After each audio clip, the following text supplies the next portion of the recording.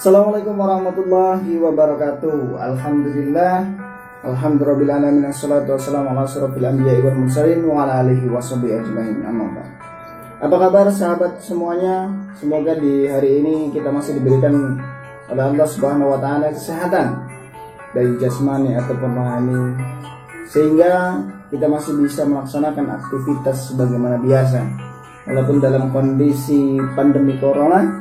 Semoga di bulan suci Ramadan ini pandemi corona akan segera hilang dari muka bumi ini. Mari kita berdoa bersama-sama kepada Allah Subhanahu wa taala dan meningkatkan ketakwaan kita kepada Allah Subhanahu wa taala. Sahabat di mana berada, kali ini kita akan coba membahas atau belajar bersama-sama yang berkaitan tentang akhlak, akhlak. Jadi hari ini kita belajar tentang akhlak.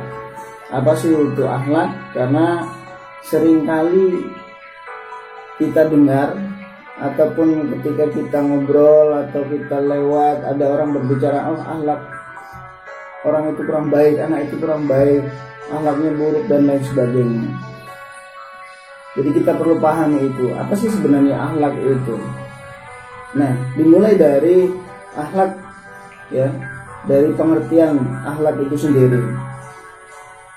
Akhlak menurut bahasa yaitu berasal dari bahasa Arab, yang merupakan jamak dari khuluq, dari kata khuluq atau khul yang berarti tabiat, Jadi akhlak itu berasal dari kata bahasa Arab. Nah, jadi menurut bahasa Indonesia yang artinya bahwa akhlak itu adalah tabiat atau budi pekerti atau kebiasaan, atau adat, dan masih banyak yang lain. Ada keperwiraan, ada kesatria, kejantanan,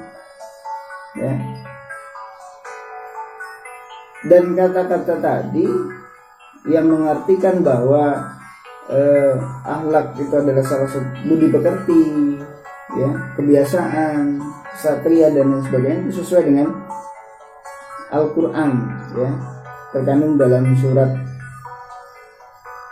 Asy-Syura, di 137 juga di sana dijelaskan, A'udzu billahi minasyaitonir rajim. In huda illa khuluqul awliya.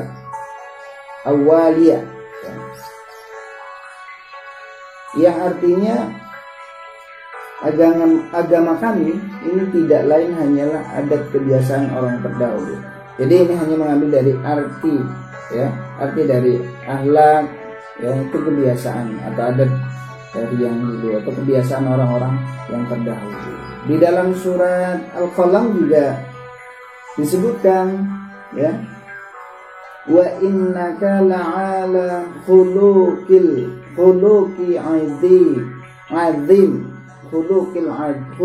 azim. Dan sesungguhnya kamu benar-benar berbudi pekerti yang agung. Nah, sahabat semuanya, jadi pengertian akhlak menurut bahasa di dalam Al-Quran itu juga sudah disebutkan, sudah menyebutkan. Jadi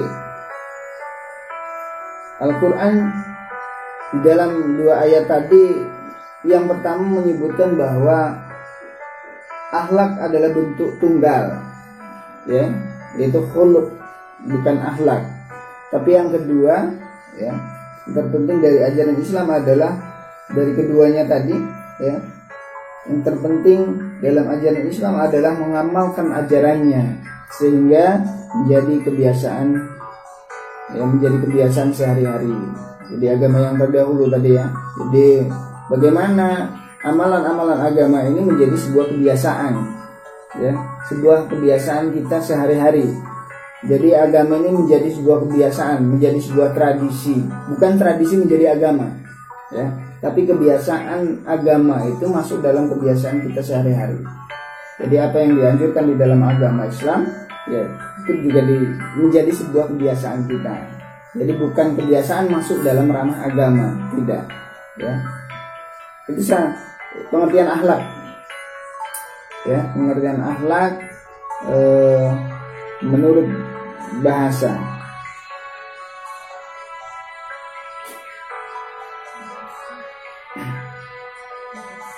Ya, jadi intinya seperti itu sahabat semuanya, ya, menurut bahasa. Ya, kalau kita sering yang sudah familiar di kita adalah budi pekerti. Ya.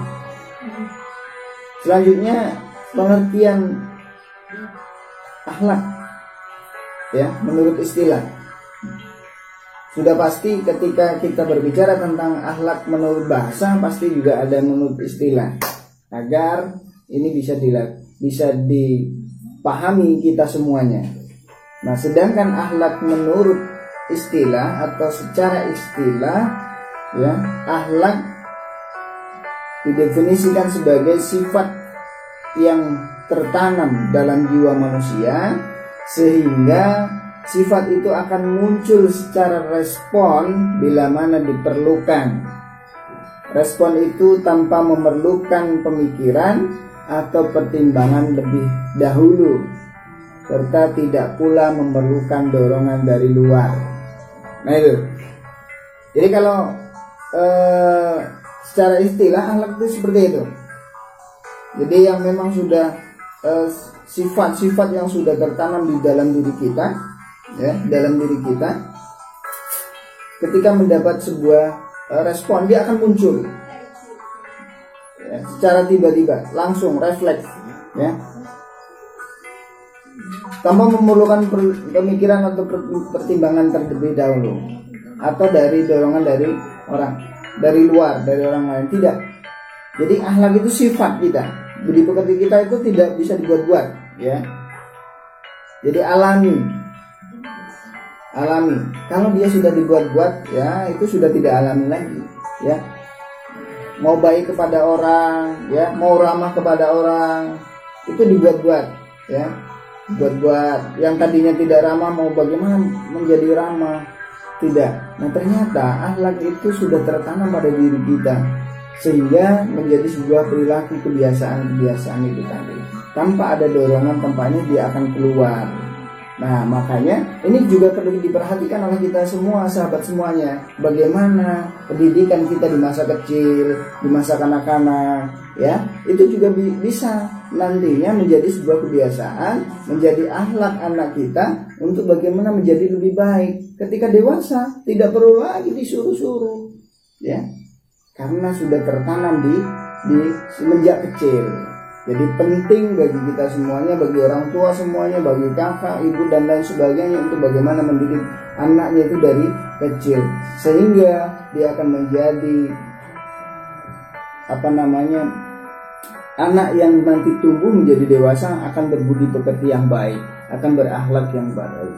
Dan lebih utama pendidikan akhlak itu lebih terutama di dalam keluarga. Bagaimana kita bisa memberikan contoh yang terbaik bagi anak-anak kita, saudara kita, adik-adik kita, dan lain sebagainya. Nah itu.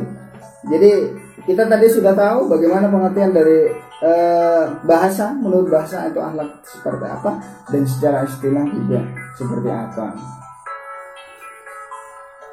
Oke, dari beberapa istilah, ya, ternyata akhlak itu juga banyak didefinisikan oleh orang-orang yang memang mempunyai kredibilitas yang tinggi. Seperti siapa? Imam Al-Ghazali. Nah, menurut Imam Al-Ghazali, akhlak adalah sifat yang tertanam dalam jiwa yang menimbulkan perbuatan-perbuatan dengan gampang dan mudah tanpa memerlukan pemikiran dan pertimbangan. Nah itu, ya. Jadi sifat yang memang sudah tertanam dalam jiwa kita, ya, yang menimbulkan perbuatan-perbuatan dengan gampang dan mudah. Jadi tidak dibuat-buat.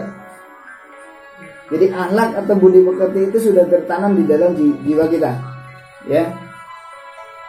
Jadi kelihatan bagaimana tabiatnya, bagaimana perilakunya. Kembali lagi di bagaimana pendidikan di masa kecilnya. Oke, walaupun itu semua bisa dirubah ya, ketika itu memang kita belajar dengan sungguh-sungguh, insya Allah akan bisa berubah, akhlaknya akan menjadi lebih baik. Itu menurut Imam Al-Ghazali. Ya. Siapa yang tidak kenal Imam Al-Ghazali? Yang belum kenal silahkan dicari biografinya.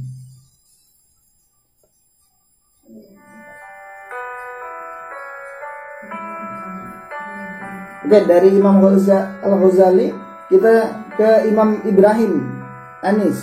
Ya, Ibrahim Anis mengatakan bahwa akhlak sifat yang tertanam dalam jiwa yang dengannya lahirlah macam-macam perbuatan baik atau buruk tanpa membutuhkan pemikiran atau pertimbangan orang lain atau pertimbangan.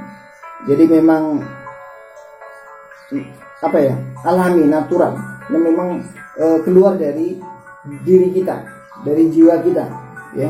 Makanya kalau orang kebiasaannya apa, ya nanti pasti akan suatu saat akan keluar ya kebiasaan-kebiasaan yang dilakukan itu.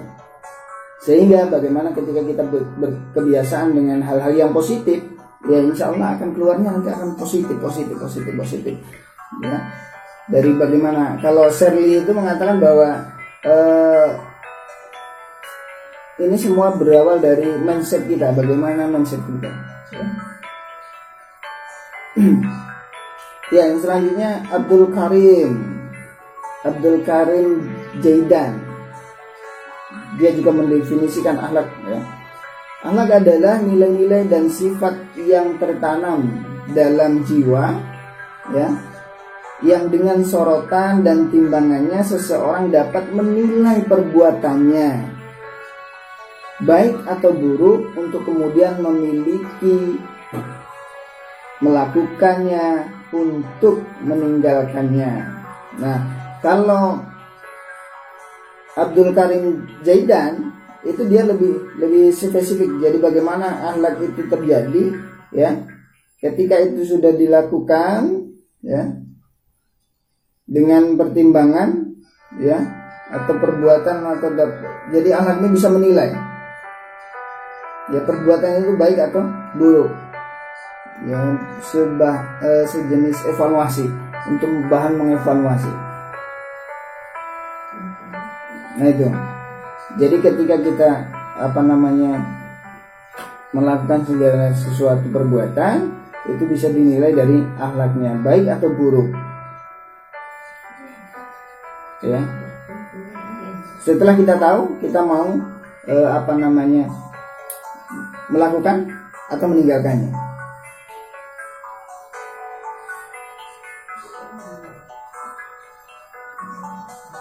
Oke, dari beberapa hal yang disampaikan tadi, yang didefinisikan oleh 3 ilmuwan, ya, 3 pakar, bisa kita ambil kesimpulan bahwa, ya, akhlak itu yang pertama, perbuatan itu dilakukan berulang-ulang. Apabila perbuatan itu hanya dilakukan sekali saja, maka belum disebut sebagai akhlak, ya. Jadi intinya akhlak itu dilakukan berulang-ulang terus seperti itu, ya. Itu syaratnya akhlak. Jadi tidak hanya sekali itu disebut akhlak, tapi kebiasaan yang sudah dilakukan berulang-ulang.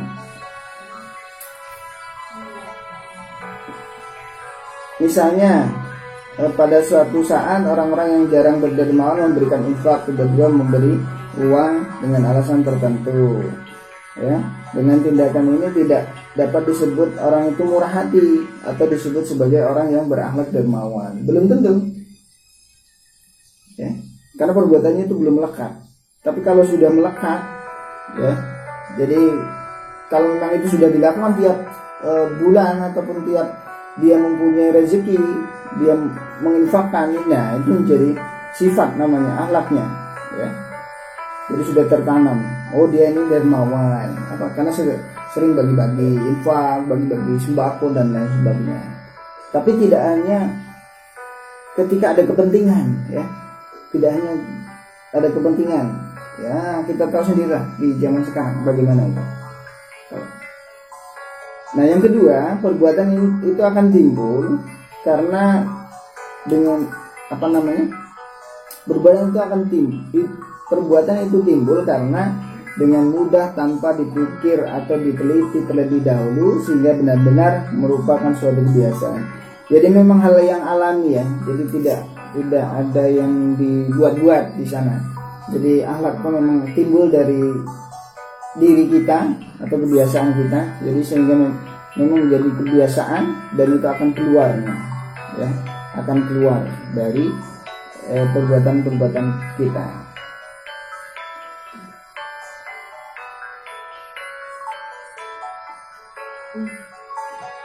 Ya, sahabat semuanya, dari beberapa uraian yang telah kita uraikan tadi, ya, dapat kita simpulkan bahwa akhlak ini sifatnya netral. Jadi dia tidak punya kepentingan, ya, mau ditaruh di mana dia mau, ya, tidak. Jadi kalau sudah ditaruh sini nanti menjadi baik, tidak. Dia netral sifatnya. Dan artinya begini, akhlak belum menunjukkan kepada baik atau buruk, ya. Namun demikian apabila istilah akhlak ini disebut sendirian, ya, tidak dirangkai dengan sifat tertentu, maka yang dimaksud dengan akhlak yang mulia, dengan akhlak yang mulia. Misalnya apabila seseorang yang tidak berlaku sopan, ya, mengatakan kepadanya kamu tidak berakhlak.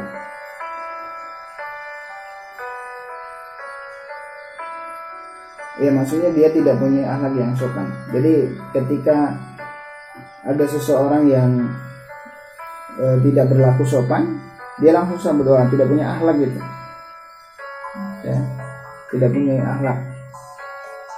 Nah itu dia kan berdiri sendiri, ya, berdiri sendiri, itu ucapan. Artinya apa? Dia tidak mempunyai akhlak yang mulia karena dia berlaku tidak sopan.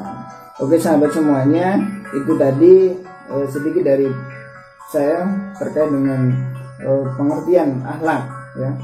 Jadi ke depan juga kita akan bahas tentang perbedaan antara akhlak, moral dan etika, ya. Perbedaan antara akhlak, moral dan etika. Ya cukup sekian, semoga bermanfaat, ya.